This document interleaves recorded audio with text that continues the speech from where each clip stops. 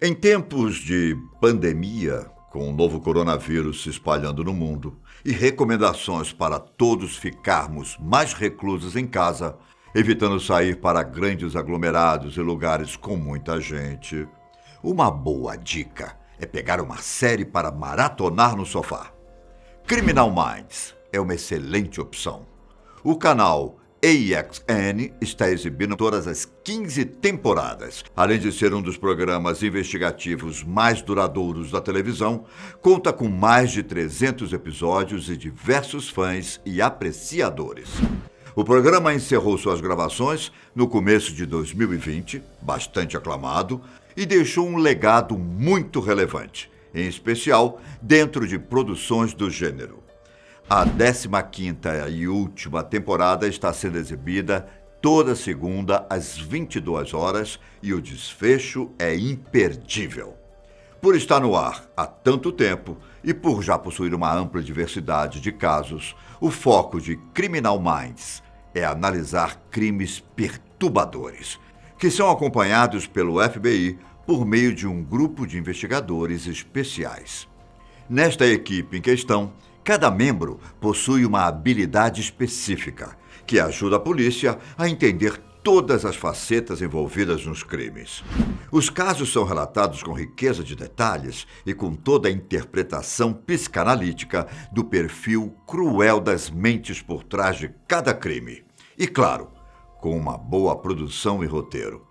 Contudo, vale dizer que mesmo dentro de um contexto de centenas de crimes bárbaros tratados nos episódios, alguns deles conseguem chocar um pouco mais que os outros e intrigar o público de forma perturbadora. Vale dizer que alguns desses acontecimentos narrados, inclusive, para lá de bizarros, são baseados em fatos reais. Você também se arrepia quando ouve essa frase? Eu sou o Ivan Lima e hoje vou te contar por que Criminal Minds pode ser um entretenimento bastante útil para viver no mundo em que vivemos hoje.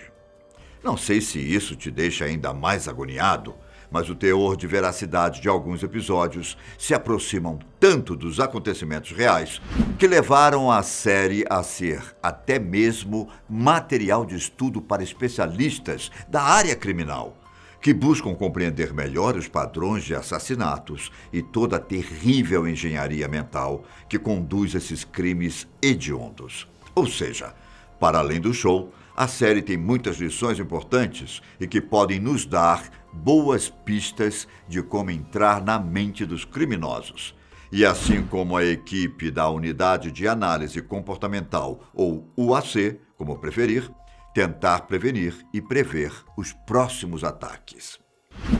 Ride the Lightning, primeira temporada. Então, vamos na ordem de lançamento dos episódios, tudo bem?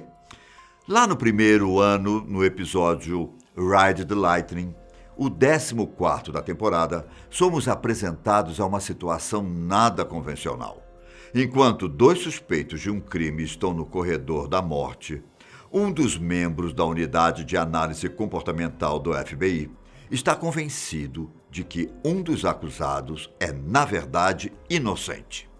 Trata-se de um casal de assassinos, marido e esposa, que seriam responsáveis pela morte de mais de 12 meninas. Só que, quanto mais o agente especial, Gideon, interroga a mulher, mais ele tem certeza de que ela era apenas uma peça, uma espécie de peão, manipulada pelo marido psicopata. Você, provavelmente, já deve ter ouvido histórias similares, mas eu garanto que essa é dura de encarar, por mostrar como as falhas do sistema podem condenar pessoas inocentes e como mentes doentias podem subverter e adoecer os que estão ao seu redor.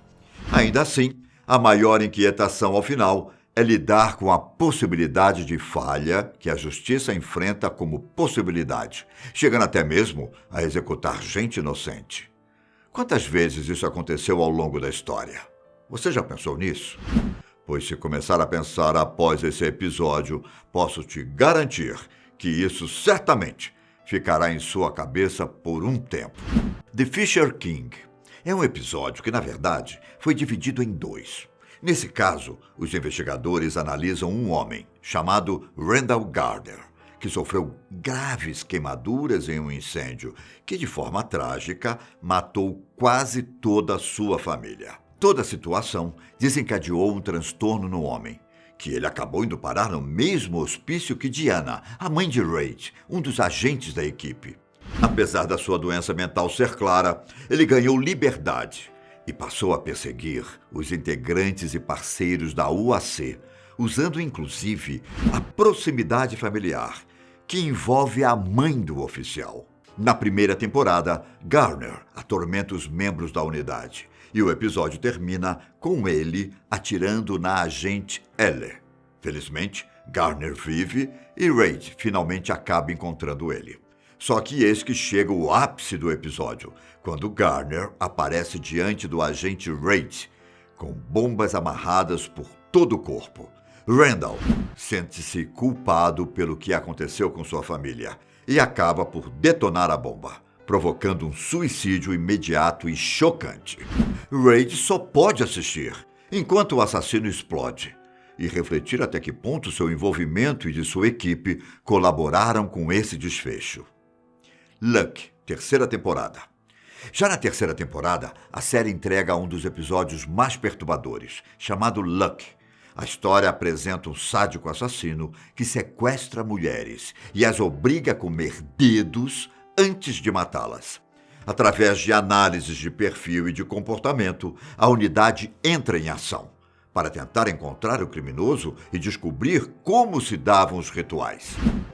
Não sei se você já assistiu a esse episódio, mas eu te asseguro que ele foi feito com uma atmosfera bastante sombria, quase como um filme de suspense, com direito até mesmo a uma música assustadora, para compor o canibalismo formado e a morte cruel das vítimas. Toda uma caça ao delinquente cria momentos verdadeiramente tensos, que deixam o episódio entre os mais interessantes da série. Masterpiece, quarta temporada. Nesse capítulo acontece o inverso. Eles tentam traçar o perfil das vítimas a partir do conhecido criminoso. Um criminoso, por sua vez, que acredita ter cometido um crime perfeito e parece ter algo contra o personagem Ross, além de usar a inteligência de Spencer a seu favor. Esse episódio, além de ser construído de uma maneira inteligente, mostra a história de Henry Grace, um serial killer que acreditava ter nascido para ser o mestre assassino. Ross capturou seu irmão William, outro assassino em série, e isso arruinou a vida de Henry. O assassino assume ter matado 7 mulheres desaparecidas, que a UAC estava procurando, além de outras 5 pessoas, 3 delas crianças, que morreriam em algumas horas caso não fossem encontradas. Muitos fãs ficaram surpreendidos com Ross desvendando o criminoso e seu crime. E para você, esse episódio também te marcou? To Hell, quarta temporada. No 25º episódio da quarta temporada, a unidade de análise comportamental parte para o Canadá para investigar várias pessoas em situação de rua e que desapareceram. Os investigadores se dão conta de que a maioria das pessoas sem paradeiro eram indivíduos viciados em drogas ou prostitutas.